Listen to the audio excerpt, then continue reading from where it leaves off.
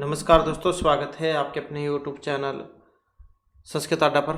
दोस्तों, आज की जो वीडियो इसमें हम करने वाले हैं, आपका हरियाणा में जो टीचर एलिजिबिलिटी जो टेस्ट है टीएचटी या फिर पीएचटी वाला, जिसकी आगे मार्च में मार्च के लास्ट में कह सकते हैं आप, जिसकी होने की संभावना है, या फिर अप्रैल का जो पहला हफ्ता है इसमें जो आपका एग्ज़ाम ये हो जाएगा।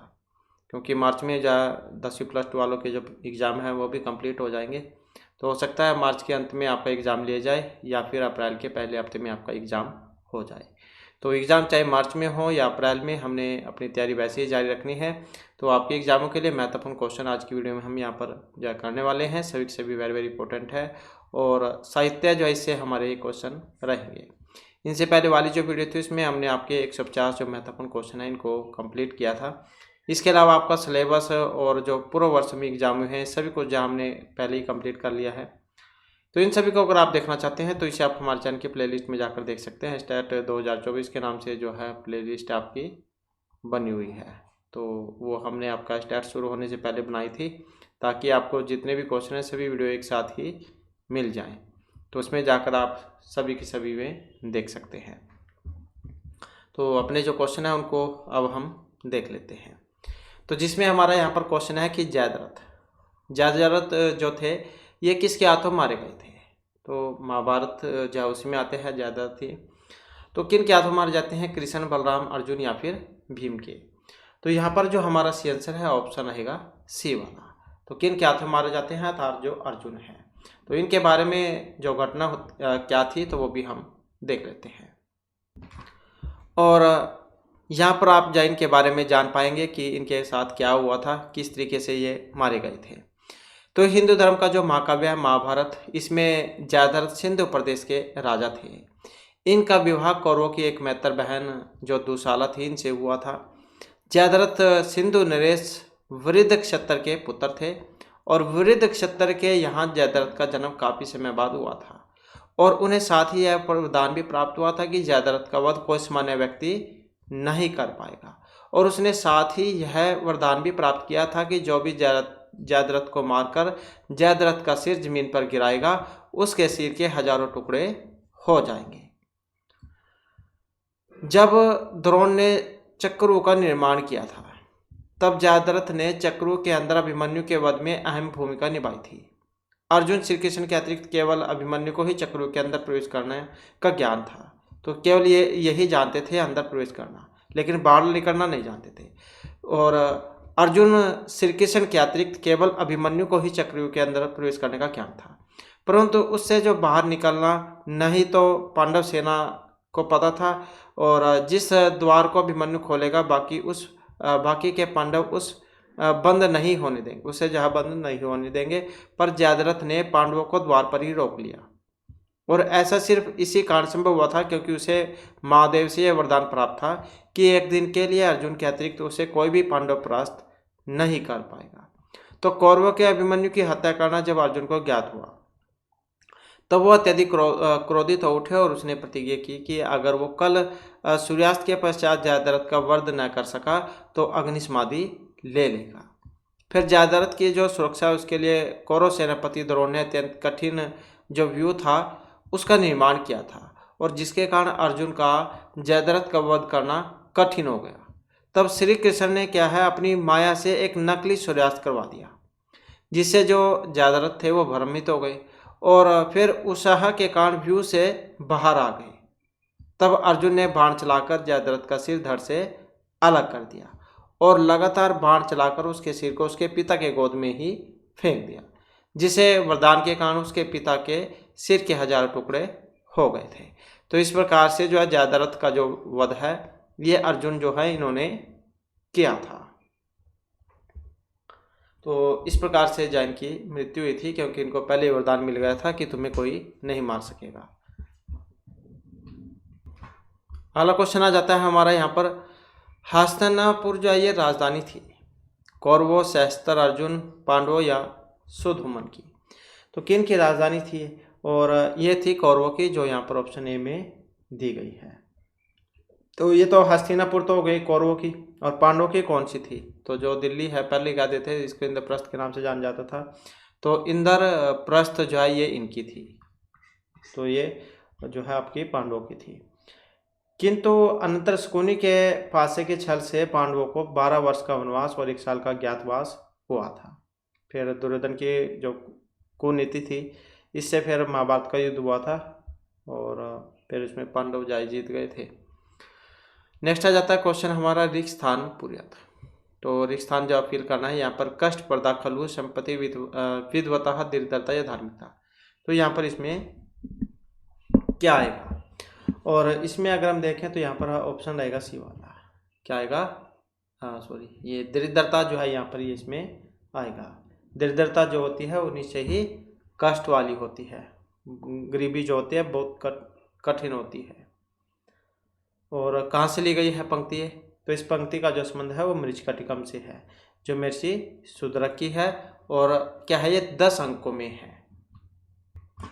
तो यहाँ पर हम महर्षि शूद्रक के द्वारा जो रचित है मृच्छकटिकम, इसमें जो 10 अंक है इनके बारे में विस्तारपूर्वक जब पढ़ेंगे, क्योंकि आपके एग्जाम में जो है इनके अंकों के नाम भी पहले पूछे गए थे। तो आपको अगर घटना याद होगी तो आप आसानी से जो अंकों के नाम भी याद रख पाएंगे। तो मृच्छकटिकम में क्या है, 10 अंक है। प्रत्येक अंक में कई दृश्य है। इस नाटक में एक चरित्र किंतु गरीब ब्राह्मण चारुदत्त की कहानी है, जिसे सौंदर्यमयी गणिका वसंतसेना प्रेम करती है, और इसी के साथ आर्य की राजा प्राप्ति की राजनीतिक कथा भी गुथी हुई है। कृतिकार ने दोनों कथाओं को कुशलता से जोड़ा है और ये नाटक मोटे तौर पर 2 हिस्सों में है। पहला वसंतसेना और चारुदत्त का प्रेम प्रसंग है, और दूसरा राजविद्रोह के साथ आर्य का राजपद की प्राप्ति का है। तो जिसमें जो पहला अंक है, इसका जो नाम है ये अलंकार न्यास है। इस अंक में कथा है कि राजा का साला जो था सका, इसका क्या है, नाम भी एग्जाम में एक बार आया हुआ था, राजा के साले का नाम क्या था, तो इसका नाम था सकार। उज्जैनी के प्रसिद्ध गणिका वसंतसेना को पाना चाहता है। वसंतसेना कहाँ की है, प्रसिद्ध गणिका उज्जैनी की थी ये प्रसिद्ध गणिका वसंतसेना। इसको पाना चाहता है। अपने 2 साथियों के साथ एक अंधेरी रात में वह वसंतसेना का पीछा करता है और भयभीत वसंतसेना चारुदत्त के घर में शरण लेती है। चोरों से बचने की बात कहकर वह अपने सारे स्वर्ण आभूषण चारुदत्त के घर में धरोहर के रूप में छोड़ देती है। ये तो थी पहले अंक की घटना, अलंकार न्यास इसका नाम है। द्वितीय जो अंक है इसका नाम है दूतकर संवाहक। संवाहक जो पहले चारुदत्त की सेवा में था, जुए की लत लगने पर बहुत सा धन हार जाता है और बचाव के लिए वह वसंतसेना के घर शरण लेता है, जो अपना कंगन देकर उसे ऋण मुक्त करती है, और फिर वह बौद्ध भिक्षु बन जाता है। इसके बाद फिर जो यहाँ पर तीसरा अंक आ जाता है, जिसका नाम है संधि छेद। सर्विलक नाम का ब्राह्मण वसंतसेना की दासी मदनिका से प्रेम करता है। तो सर्विलक नाम का जो ब्राह्मण है वसंतसेना की दासी है, क्या नाम है, मदनिका, इनसे प्रेम करता है और उसे दासत्व से छुड़ाने के लिए वह एक रात चारुदत्त के घर में सेंध लगाकर वसंतसेना द्वारा धरोहर रखे गए सोने के जो सारे आभूषण थे उन्हें चुरा लेता है। उधर चारुदत्त की जो पतिव्रता पत्नी थी धूता, अपने पति को लोक निंदा से बचाने के लिए चुराए गए आभूषणों के बदले अपने कीमती जो रत्न है वो दे देती है। चारुदत्त वह रत्नावली देकर विदूषक अर्थात जो नाम क्या है इनका, मैत्री, मृच्छकटिकम में विदूषक का नाम क्या है, मैत्री, इसको वसंतसेना के घर भेजता है। तो ये था हुआ था संधि छेद में। चौथा जो अंक आ जाता है मदनिका सर्विलक, नाम ये आपने जरूर याद रखने हैं। सर्विलक फिर क्या, चुराई हुए आभूषण लेकर मदनिका को दासत्व से मुक्त कराने के लिए वसंतसेना के घर पहुंचता है।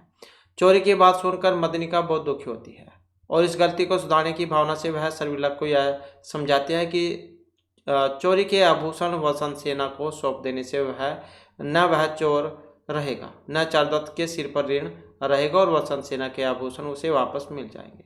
सर्विलक ऐसा ही करता है। वह वसंतसेना कहता है कि चारुदत्त ने यह संदेश भेजा है कि घर जर्जर होने से हम स्वर्ण पात्र को सुरक्षित नहीं रख सकते, इसलिए आप इसे अपने पास ही रखें। वसंतसेना के संदेश के बदले में कुछ ले जाने की बात कहकर मदनिका को सर्विलक को सौंप देती है और इसी अंक में विदूषक वसंतसेना से मिलकर कहता है कि स्वर्ण पात्र जुए में हार गए हैं, इसलिए यह रत्नावली स्वीकार करे। वसंतसेना वास्तविकता जानती है पर कुछ नहीं करती और वह शाम को चारुदत्त के घर आने का निश्चय करती है। फिर 5 वक्त शुरू हो जाता है, इसका नाम है दुर्दिन। तो इस अंक में वर्षा ऋतु का वर्णन है और वसंतसेना चारुदत्त से मिलती है और वर्षा की झड़ी के कारण रात को उसी के घर में ही वह रुक जाती है। तो 5वें अंक का नाम था दूरबीन। इसके बाद फिर छठा अंक आता है जिसका नाम है परिवहन विप्रिय। सुबह चारुदत्त पुष्प करंडक उद्यान में घूमने जाते हैं और वसंत सेना के लिए गाड़ी तैयार रखने का आदेश देकर ताकि वह उसमें उद्यान तक यात्रा कर सके। और यही वसंत सेना चारुदत्त के पुत्र रोशेन को यह जिद करते देखती है कि वह मिट्टी की गाड़ी से नहीं स्वर्ण शक्ति का अर्थात सोने की गाड़ी से खेलना चाहता है। वसंत सेना सारे आभूषण मिट्टी की गाड़ी में रखकर कहती है कि इसे सोने की गाड़ी बनवा लो। वसंत सेना चारुदत्त से उद्यान में वेट करने निकलती है, पर भूल से उसी स्थान पर खड़ी शिकार की गाड़ी में बैठ जाती है। मतलब क्या अदला बदली हो जाती है। उधर कारगर तोड़कर रक्षक को मारकर निकल भागा ग्वाले का बेटा आर्यक बचाव के लिए चारुदत्त के वाहन में चढ़ जाता है। रास्ते में 2 पुलिस के सिपाही वीरक और चंदनक वाहन देखते भी है, पर उसमें से एक आर्यक को रक्षा करने का वचन देकर जाने देता है। तो ये छठा अंक जो है, छठे के अंक जो था इसमें ये इसी के नाम पर है, मृच्छकटिका, मिट्टी की गाड़ी वाली घटना। तो ये छठे अंक के नाम पर था, इसका नाम मृच्छकटिका। नेक्स्ट आ जाता है यहाँ पर जो 7वां है, 7वां अंक, इसको कह देते हैं आर्यक अपहरण।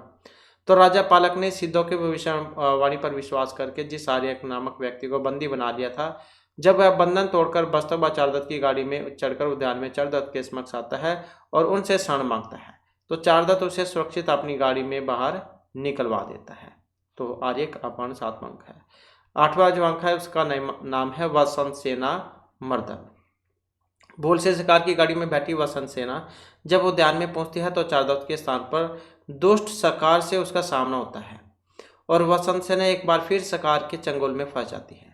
शिकार का आग्रह न मानने पर वह वसंत सेना का गला घोट देता है और उसे मरा जानकर पत्तों से ढककर चला जाता है। तभी ज्वारी जो था बौद्ध भिक्षु जो बन चुका था संवाहक, मृत प्राय वसंत सेना को विहार मिलाकर पुनः जीवन दे देता। मतलब क्योंकि गला घोट देता, कोई मरी थोड़ी थी वो, तो उसे दोबारा से जीवित कर देता है। फिर उसके बाद 9वां अंक शुरू होता है जिसका नाम था व्यवहार। शिकार जो है चारुदत्त को वसंत सेना की हत्या का आरोपी बनाता है और न्यायालय में झगड़ा चल जाता है, मतलब वहाँ पर केस हो जाता है।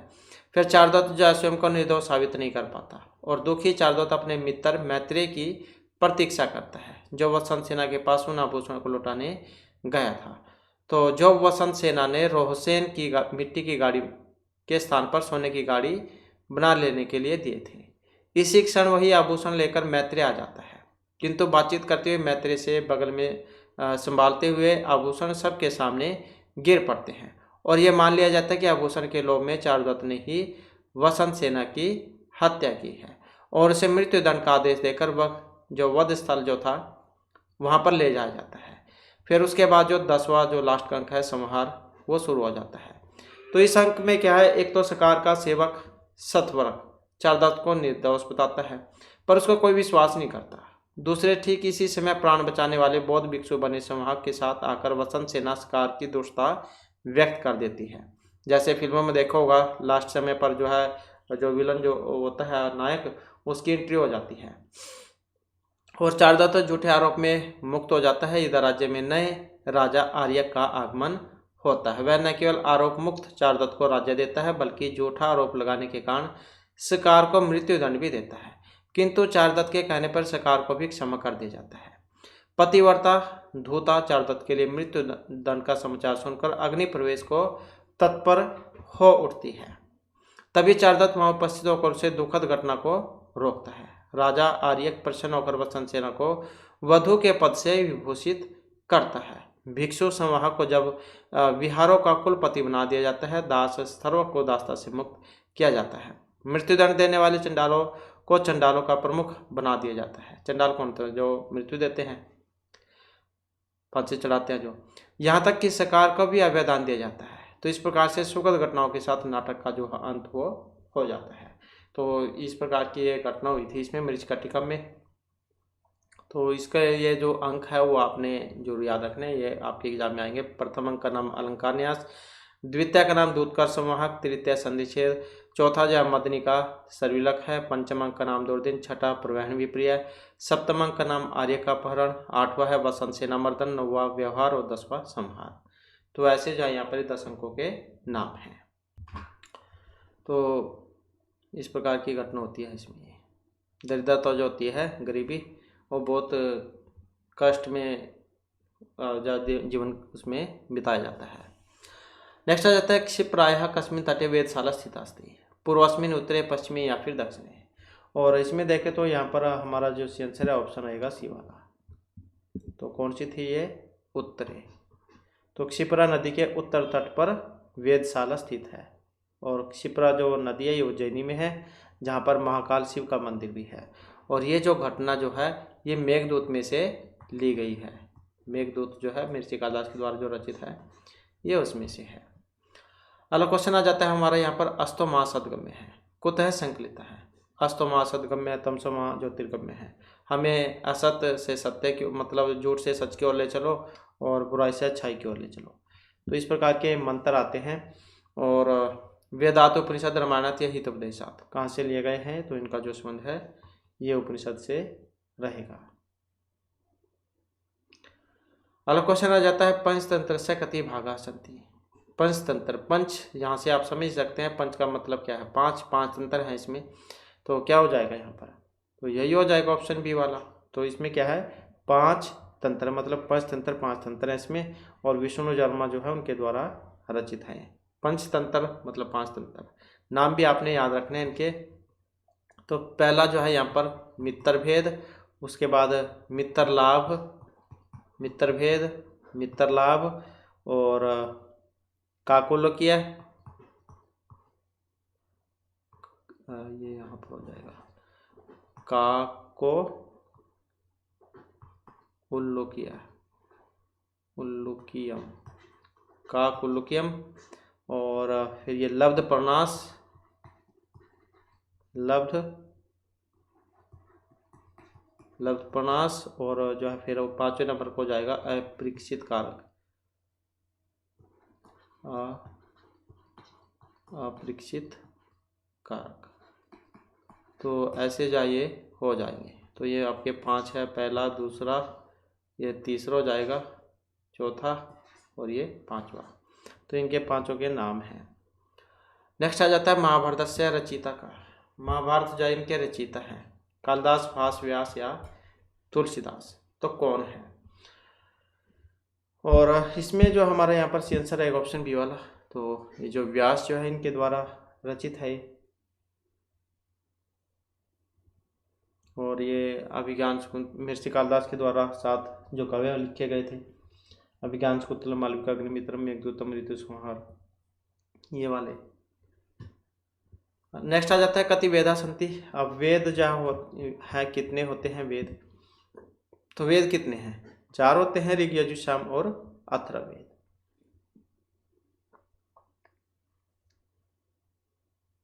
ऋग्वेद क्या है? ये प्राचीन वेद, मतलब देवताओं में मंत्र वाले मंत्र आ जाते हैं ऋग्वेद में। और यजुर्वेद, यज विधान से संबंधित आए। और सामवेद गायन से संबंधित, गाया जा सकने वाला है। और अथर्ववेद ये जादू टोने वाला है, तंत्र मंत्र में सारे हैं इसमें। नेक्स्ट है पाणिनि कस्मिन् शास्त्रे निपुण है, साहित्य, छंद, व्याकरण या ज्योतिषे। तो किस में थे निपुण? और व्याकरण में थे, अष्टाध्यायी है इनके द्वारा रचित। नेक्स्ट है संस्कृत साहित्य कस्य उपमा प्रसिद्ध, माघस्य, कालिदासस्य, व्यासस्य या फिर दंडिनः है। तो संस्कृत साहित्य उपमा के लिए जान जाते हैं। अब उपमा के लिए कौन जान जाते हैं?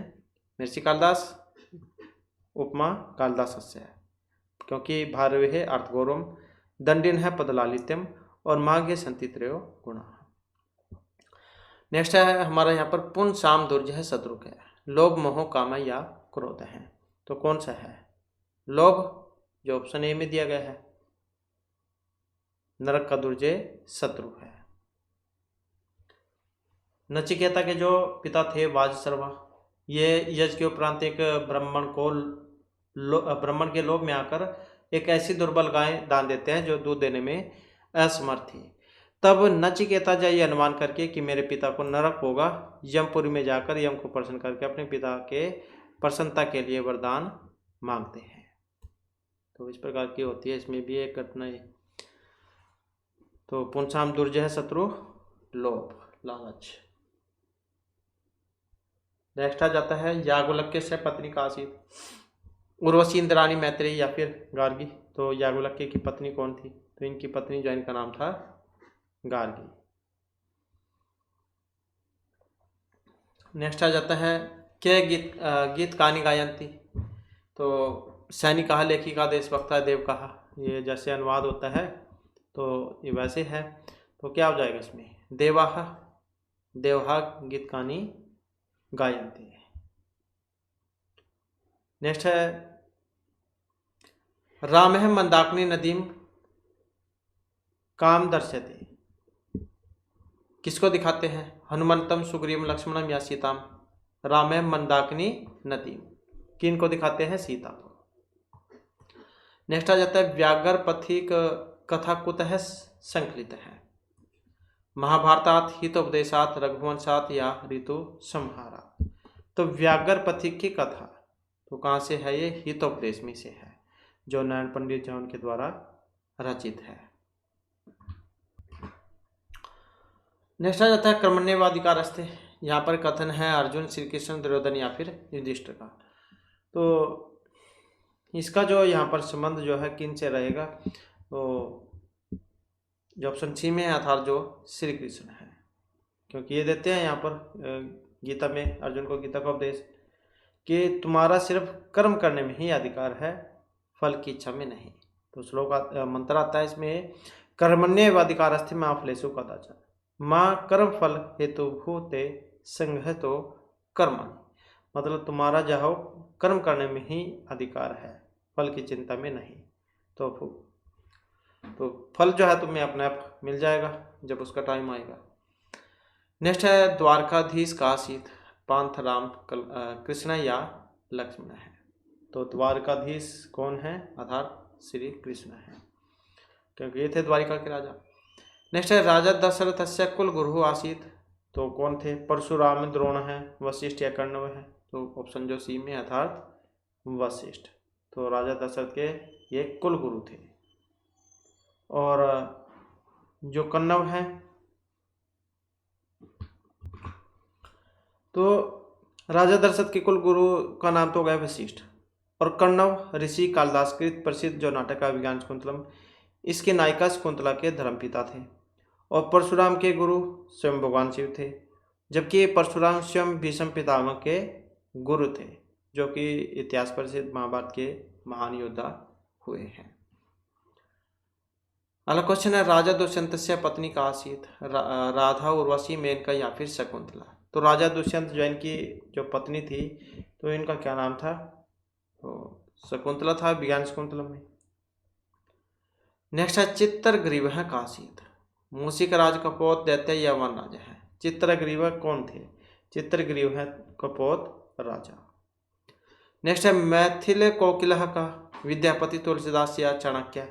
तो कौन है मैथिल कोकिल के नाम से जान जाते हैं? अर्थात विद्यापति, जो यहाँ पर ऑप्शन ए में दे गए हैं, जिनकी है पदावली। तो विद्यापति की पद्मावली है और इनको मैथिली कोकिल कहा गया है और मैथिली भाषा में है।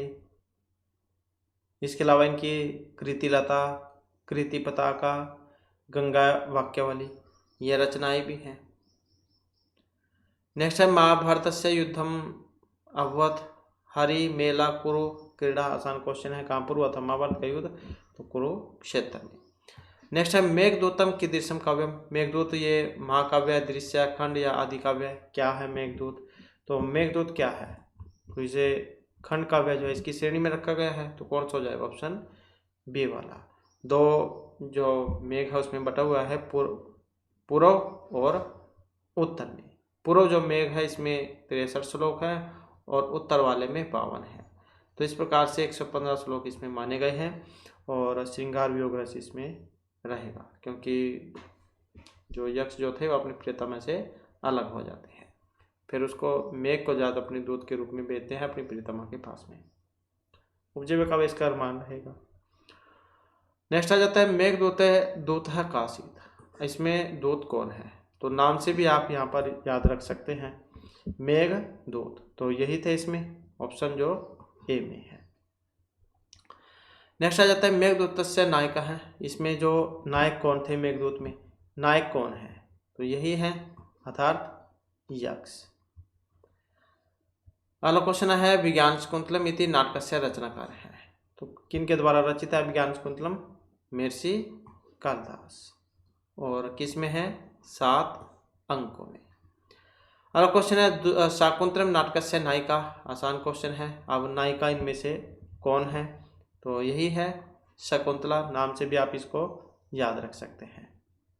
नायक दुष्यंत हो जाएंगे और दुर्वासा ऋषि है इसमें, प्रियमेंदा और अनसुया ये इसकी सखिया थी। नेक्स्ट है दुष्यंतेन तिरस्कृतस्य शकुंतला का शास्त्र में कथा। और ये महत्वपूर्ण क्वेश्चन है। यहाँ पर दुष्यंत के द्वारा तिरस्कृत की गई शकुंतला जाती है महर्षि कण्व, मातंग, व्यास या दुर्वासा ऋषि के आश्रम में। तो कहाँ पर जाती है, तो ये जाती है मातंग ऋषि के आश्रम में। तो मारीच जो ऋषि है उनके आश्रम में। और ये जो दुर्वासा ऋषि जो थे इनके शाप के कारण ही हुआ था सारा ये। तो दुष्यंत के द्वारा तिरस्कृत कर दी गई जो शकुंतला थी महर्षि जो मातंग थे इनके आश्रम में चल जाती है। फिर वहाँ पर इनका जो पुत्र है सरदमन भरत को जन्म देती है। भरत भी कह देते हैं इनको, इससे नाम भारत पड़ा था। तो राजा दुष्यंत जब इंद्रलोक में इंद्र की सहायता हेतु युद्ध में जाते हैं, उसके बाद युद्ध समाप्त होने पर जब वे स्वर्गलोक से अपनी भूमि लोक पर आ रहे थे, तो उस समय मातंग अर्थात मारीच ऋषि के आश्रम में शकुंतला और दुष्यंत जो इनका फिर मिलन होता है। क्योंकि वहाँ पर ये बच्चे को खेलते हुए देखते हैं और जो देखने में जो उनकी शकल सूरत जैसे ही लग रहा था, तो फिर उनके मन में आ रहा था कि ऐसा लग रहा है कि जैसे मेरा ही बच्चा खेल रहा हो। फिर वहाँ पर जो आगे की घटनाएं होती हैं। नेक्स्ट है आर्यभट्ट ने 23 वर्ष की उम्र में किसकी रचना की थी। आर्यभट्टम वेदशाला लीलावती किसी की भी नहीं। तो ये भी आपका पहले एग्जाम हुआ था स्टैट वाला, तो उसमें एक ऐसा क्वेश्चन आया हुआ था। तो इसमें जो ऑप्शन आएगा ये वाला। तो आर्यभट्टम जय इसकी की थी। और आर्यभट्टम जय संस्कृत भाषा में काव्य रूप में रचित गणित और खगोल शास्त्र का मान ग्रंथ है। 4 अध्याय हैं इसमें और 123 श्लोक हैं। और आर्यभट्टिया जो है ये 10 गीतिका पाद से आरंभ होता है। नेक्स्ट है अनरग राघव। ये रचित है राजशेखर, मुरारी, जयदेव या फिर सोमदेव हैं। तो किन के द्वारा रचित है अनरग राघव, तो मुरारी के द्वारा रचित है जो यहाँ पर ऑप्शन सी में दिया गया है। और जयदेव के कौन सा है, तो इनका गीत गोविंद है। और राजशेखर का कौन सा है, इनका काव्य मीमांसा है। और सोमदेव का कौन सा है, तो इनका है कथाश्रित सागर। नेक्स्ट आ जाता है किस महाकाव्य का प्रारंभ और समाप्ति श्री शब्द से होती है। महत्वपूर्ण क्वेश्चन है, ये भी बहुत बार एग्जाम में आया हुआ है। तो श्री शब्द से होता है और ये शिशुपाल वध है जो ऑप्शन बी में यहाँ पर दिया गया है। प्रारंभ और समाप्ति जो है श्री शब्द से मानी गई है। तो प्रारंभ भी और समाप्ति भी दोनों श्री शब्द से है। अगला क्वेश्चन है संस्कृत भाषा में आदि कवि की उपाधि से विभूषित है। वेरी वेरी इंपॉर्टेंट है। ये भी आपका पहले ये टीजीटी वाली वैकेंसी थी उसमें क्वेश्चन एक ऐसा आया हुआ था। तो आदि कवि, आदि काव्य ये वाले, तो ये महर्षि वाल्मीकि है। इनको आदि कवि और इनके द्वारा जो रचित है रामायण उसको आदि काव्य, अनुष्टुप छंद में है, 500 सर्ग में है, 7 कांड है इसमें रामायण में। नेक्स्ट है पंचतंत्र के जो लेखक हैं कौन है, पंचतंत्र के किन के द्वारा रचित है, तो विष्णु शर्मा जैनी के द्वारा रचित है। 5 तंत्रों में है। मित्र भेद, मित्र संप्राप्ति, काकोलुकिया, लब्धपणास और अपरीक्षित कारक। काकोलुकिया जैसे संधि विग्रह भी कह देते हैं। तो इसमें है 5 तंत्र। नेक्स्ट आ जाता है हमारा क्वेश्चन नाटकों में भर्त वाक्य का प्रयोग होता है आरंभ में, मध्य में, अंत में या फिर कहीं पर भी हम कर सकते हैं। तो भर्त वाक्य जो होता है, इस भर्त वाक्य कह लो या फिर नांदी भी आपने सुना होगा, तो ये नाटक के शुरू में आते हैं जो ऑप्शन बी में यहाँ पर सॉरी ये तो भर्त वाक्य है। नांदी जा शुरू में आती है और भर्त वाक्य अंत में, नाटक के लास्ट में। भर्ता नाम वाक्य में थी भर्त वाक्य। नेक्स्ट आ जाता है श्रीहर्ष द्वारा रचित महाकाव्य नैषधीय चरित। इसमें कितने सर्ग हैं, 18, 20, 17 या 22, तो कितने हैं इसमें? तो नैसर चरितम राजा नल और दमयंती जन की कथा है इसमें, और 22 सर्गों में है। और जो आयु कुमार संभव इसमें 17 है, शिशुपाल वधम में 20 है। किरातुर्य जन्म जो उसमें ये 18 हो जाएंगे। अगला क्वेश्चन है, वाल्मीकि रामायण में किस रस की प्रधानता है? शांत, भक्ति, करुणा, श्रृंगार की। तो रामायण में देख सकते हैं इसका जो प्रारंभ है वो उसी से होता है। क्रोच पक्षी जो थे एक मार दिए जाते हैं। माँ निषाद प्रतिष्ठा त्वम गम है शाश्वती स्महा यद क्रोच मिथुनादेकम अवधिका मोहितम। क्योंकि इसी श्लोक को लिखकर फिर आगे महर्षि वाल्मीकि ने रामायण की रचना की थी। क्योंकि ये जो जोड़ा जो था तो उसमें से एक को मार देते हैं, तो मतलब करुण रस जो यहाँ पर इसमें रहेगा। अगला क्वेश्चन आ जाता है, चारुदत्त बालचरित दरिद्र चारुदत्त बालचरित दूध का रूपज। ये सभी रूपक किनके द्वारा रचित हैं? भास, भभूति, सुदर्ग या भट्ट राय। तो किनके द्वारा रचित है? महर्षि भास जो इन्होंने जो 13 नाटक लिखे थे तो उसी के अंतर्गत आता है।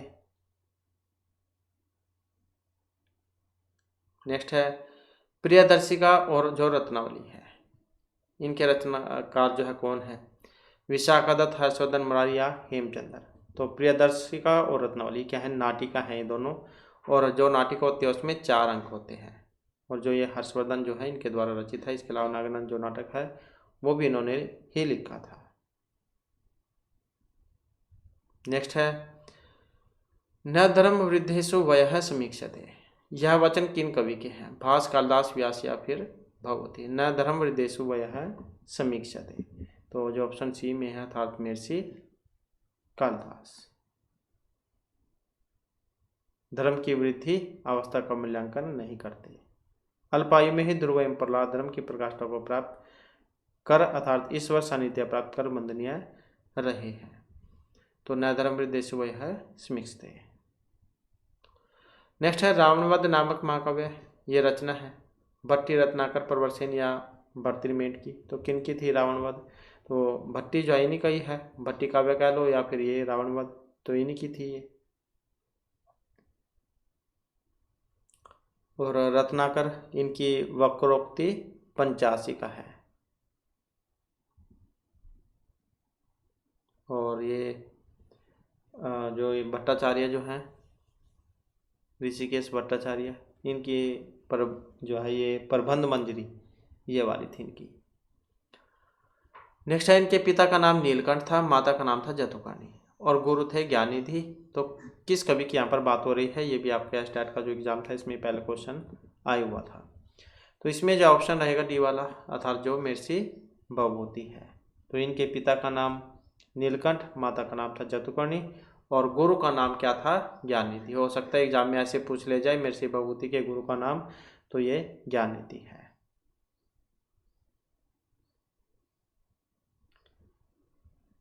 और इनको उपाधि कह सकते हैं श्रीकंठ, पद लांछन ये भी कहा जाता है। नेक्स्ट है, खंडन खंड खाद्य ग्रंथ के रचयिता, वेरी वेरी इंपॉर्टेंट क्वेश्चन है यहाँ पर। तो कौन है इसमें खंडन खंड खाद्य के रचयिता? तो ये श्रीहर्षि है जो ऑप्शन डी में यहाँ पर दिए गए हैं। और इनके भी पिता का नाम क्या था? इनके पिता का नाम था श्रीहरि और माता का नाम था मामल देवी। कन्नौज के जो राजा थे जयचंद्र, इनके आश्रयदाता थे, और नैसर चरितम लिखा है इन्होंने। इसके अलावा स्थैर्य विचार प्रकरण, श्री विजय प्रशस्ति और खंडन खंड खाद्य ये भी इन्होंने ही लिखे थे। अगला क्वेश्चन है, हमारा क्षण क्षण यत नवतामुपैति तदेव रूपम रमणीतायः। ये जो है इसका संबंध है, अब इसका संबंध किन से है? महर्षि माघ, भारवी, कालिदास या श्रीहर्ष से। तो किस से है? महर्षि माघ से है इनका संबंध, जो ऑप्शन ए में यहाँ पर दिए गए हैं। नव सरग गति माघे नव शब्दों न विदते। तो महर्षि माघ जो है इनके बारे में कही जाती है ये वाली उक्ति। अगला क्वेश्चन आ जाता है, शिव पार्वती विवाह, कार्तिकेय जन्म, कार्तिकेय के द्वारा तारकासुर का वध, और ये घटनाएं किस महाकाव्य की ओर संकेत करती है? ये भी महत्वपूर्ण क्वेश्चन है। तो कई बार तो ऐसा जाता है जैसे, क्योंकि ये कुमार संभव के बारे में है, तो कुमार संभव में किसके बारे में है कथा? तो कुमार कार्तिकेय की जन्मोत्पत्ति जो है जन्मोत्पत्ति उसमें दिखाई गई है। तो ये सारी घटनाएं जो कुमार संभव में होती है, और कितने हैं इसमें? 17 सर्ग है। महाकाव्य जो है लघुत्रयी उसके अंतर्गत आता है ये। और रघुवंशम महर्षि कालिदास के द्वारा रचित है ये। इसमें कितने हैं? 19 सर्ग हैं इसमें। और ये किरातार्जुनीय इसमें कितने हैं? महर्षि भारवी के द्वारा रचित है, इसमें कितने? 18 हैं इसमें। और नचरितम श्रीहर्ष के द्वारा रचित है, इसमें कितने हैं? 22। नेक्स्ट क्वेश्चन है हमारा सरस्वती कंठाभरणम। ये किनका है? भोजराज, महीभट्ट, अभिनवगुप्त या फिर रुइया का सरस्वती कंठाभरणम। तो ये जो भोजराज जो है ये इनका है, जो यहाँ पर ऑप्शन ए में दिए गए हैं। और ये भोज जो है इन्होंने श्रृंगार प्रकाश की रचना की थी। और अभिनवगुप्त ये कश्मीर के निवासी थे और शिव के भगत थे।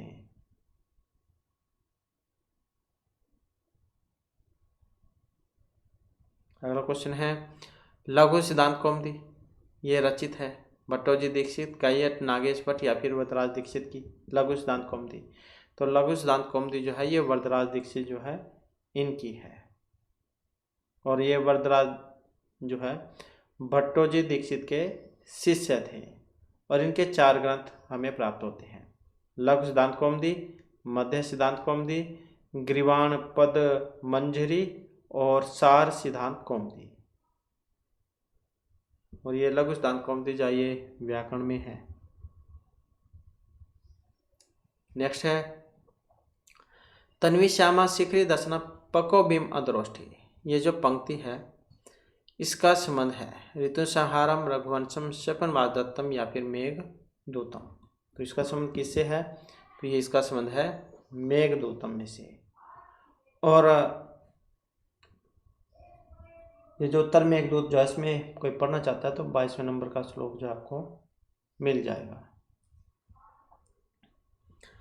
नेक्स्ट आ जाता है लवणक नाम की घटना होती है लवणक ग्राम वाली। किसमें होती है? अभिज्ञान, शकुंतलम, वृषकटिकम, मालविकाग्निमित्रम या फिर शपनवास दत्तम। तो कहाँ पर होती है लवणक ग्राम की घटना? तो ये शपनवास दत्तम जो है इसमें होती है। और किन के द्वारा रचित है? महर्षि व्यास के द्वारा रचित है। कितने अंक है इसमें? तो इसमें 6 अंक है। उपजीव्य इसका इतिहास प्रसिद्ध है, श्रृंगारस है इसमें। और नंदी इसमें है नहीं, इसका अभाव है इसमें। तो इसमें आती है लवण्य ग्राम की घटना। तो यहाँ पर हम क्या शपनवास दत्तम जो है इसका सार यहाँ पर देखने वाले हैं, क्योंकि यहाँ से भी आपके एग्जाम में जो क्वेश्चन है वो पूछे जाते हैं। अगर आपको घटना के बारे में पता होगा तो सारे के सारे क्वेश्चन आपको याद होंगे, क्योंकि पहले भी जो एग्जाम में यहाँ से आए हुए थे। तो पूर्ववंशीय उद्यान वत्स राज्य के राजा थे। कहाँ के थे? वत्स राज्य के राजा थे। इनके राजधानी का नाम था कौशाम्बी।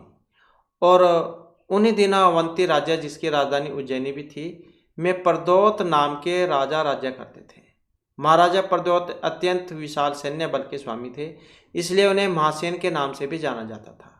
और महाराज उदयन के पास घोषवती नामक एक दिव्य वीणा भी थी। तो ये भी क्वेश्चन आपका एग्जाम में पहले आया हुआ है। तो उदयन की वीणा का नाम क्या था? तो क्या थे? घोषवती नाम की दिव्य वीणा। उनका वीणा वादन अपूर्व था। एक बार प्रद्योत के अमात्य शलांकर ने छल करके उदयन को कैद कर लिया और उदयन के वीणा वादन की ख्याति सुनकर प्रद्योत ने उन्हें अपनी पुत्री वासुदत्ता के लिए वीणा शिक्षक नियुक्त कर दिया। और इसी दौरान उदयन और वासुदत्ता में के बीच में एक दूसरे के प्रति जहाँ प्रेम जागृत हो जाता है। इधर उदयन के जो मंत्री हैं योगेंद्रायण, उन्हें कैद से छुड़ाने के प्रयास में थे।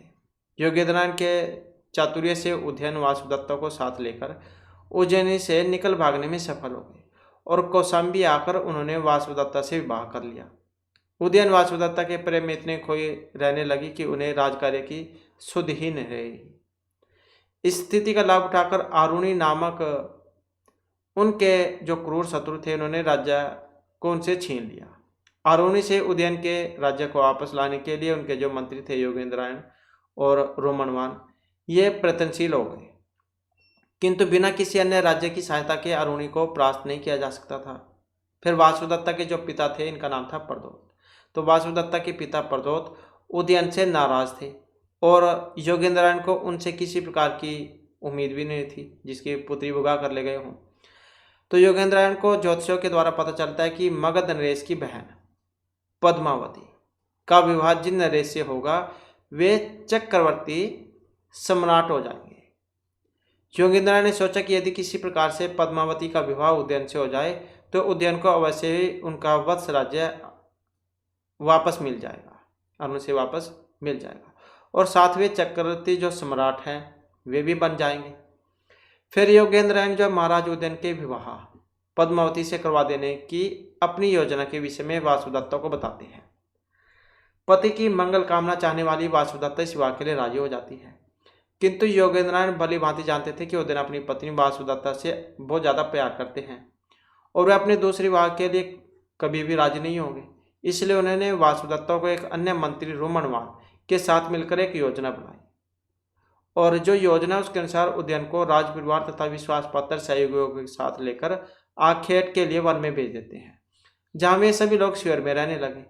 एक दिन जब उदयन मृग के लिए गए हुए थे, शिविर में आग लगा दी गई और उदयन के वापस लौटने पर रोमन वानियों ने बताया कि वासुदत्ता शिविर में लगी आग में फंस गई थी और उन्हें बचाने के लिए योगेंद्र वहां घुसे, जहां दोनों ही जलकर मर गए।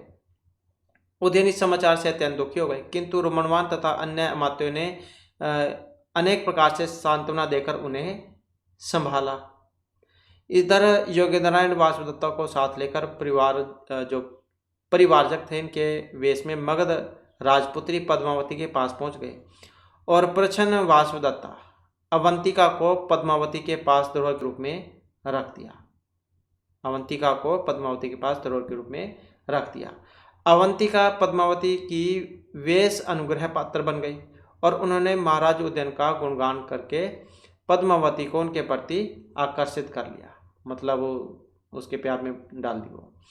तो उदयन दूसरा विवाह नहीं करना चाहते थे, किंतु रोमनवान ने उन्हें समझा बुझाकर पद्मावती से विवाह करने के लिए राजी कर लिया।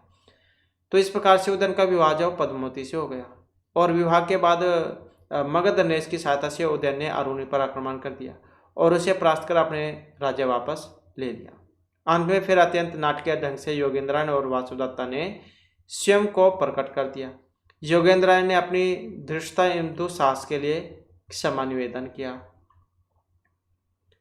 तो इस नाटक के इस दृश्य में उदयन समुद्र ग्रह में विश्राम करते रहते हैं और वे स्वप्न में हाँ वासुदत्ता पुकारते रहते हैं, और उसी समय अवंतिका वासुदत्ता अर्थात वहां पहुंच जाती है और वे उनके लटकते हुए हाथ को बिस्तर पर रखकर निकल जाते, किंतु उसी समय उदयन की नींद खुल जाती है और वे निश्चय नहीं कर पाते कि उन्होंने वास्तव में वासुदत्ता को देखा था या फिर सपने में देखा था। तो इसी घटना के कारण ही इनका नाम स्वप्न वासुदत्ता ये रखा गया था। तो ऐसी जो यहाँ पर स्वप्न वासुदत्तम जो इसमें घटना होती है। अगला क्वेश्चन है, महाकाव्य की बृहत्तरी में एक सम्मिलित नहीं है। बृहत्तरी में नहीं आते हैं, अब कौन सा है? तो हमने पहले भी बहुत बार किया क्वेश्चन, ये आपको याद भी हो चुका होगा। बृहत्तरी जो इसमें कौन कौन से आते हैं? किरातार्जुनीयम, शिशुपालवधम और नैषधीयम, यही आते हैं इसमें। और अब इसमें नहीं में पूछा गया था तो ये वाला, अब ये किस में आता है? मेघदूत लघुत्रय में आता है, कुमार संभवम, मेघदूतम और रघुवंशम याद आ जाते हैं इसमें। तो नाम भी याद रख सकते हैं आप लघुत्रय बृहत्तरी में, अगर नहीं याद आते हैं तो। लघुत्रय की बात करें तो उसे आप कैसे याद करोगे? कुमार संभव, मेघदूतम और रघुवंशम, तो ऐसे आप याद रख सकते हैं। कुमार संभव, मेघदूत और जो ये आपका रघुवंश हो गया। और ऐसे ही आप इसको किरातार्जुनीयम का भी याद रख सकते हैं। किरातार्जुनीयम में पहला की याद रख लिया और शिशुपाल वध का जो है सी याद रख लिया, और जो नैषधीय का नहीं याद रख लिया। किशन आप याद रख सकते हैं, मतलब कुछ भी याद करने का तरीका कैसे भी आप याद रख लो। नेक्स्ट है क्वेश्चन है, कम बबंध है, उष्ट्रम, अश्वम, वृषभम या फिर अजम। तो ऑप्शन कौन सा होगा? सी वाला अर्थात अश्वम। तो कहाँ से है? ये भी उत्तरामचरित जो उसी घटना है। नेक्स्ट है, कव्यम कस्मेन रोचते, रसिकाय ज्ञानीन रसिकाय या विदुषे। तो किसको अच्छे नहीं लगते हैं? जो रसिक को, कव्य रसीनों को अच्छा नहीं लगता। अगला क्वेश्चन है, लाल बहादुर अत्तर शास्त्री इति उपाधि प्राप्तवान। तो कहाँ से प्राप्त हुए थे? और ये है काशी विश्वविद्यालय से।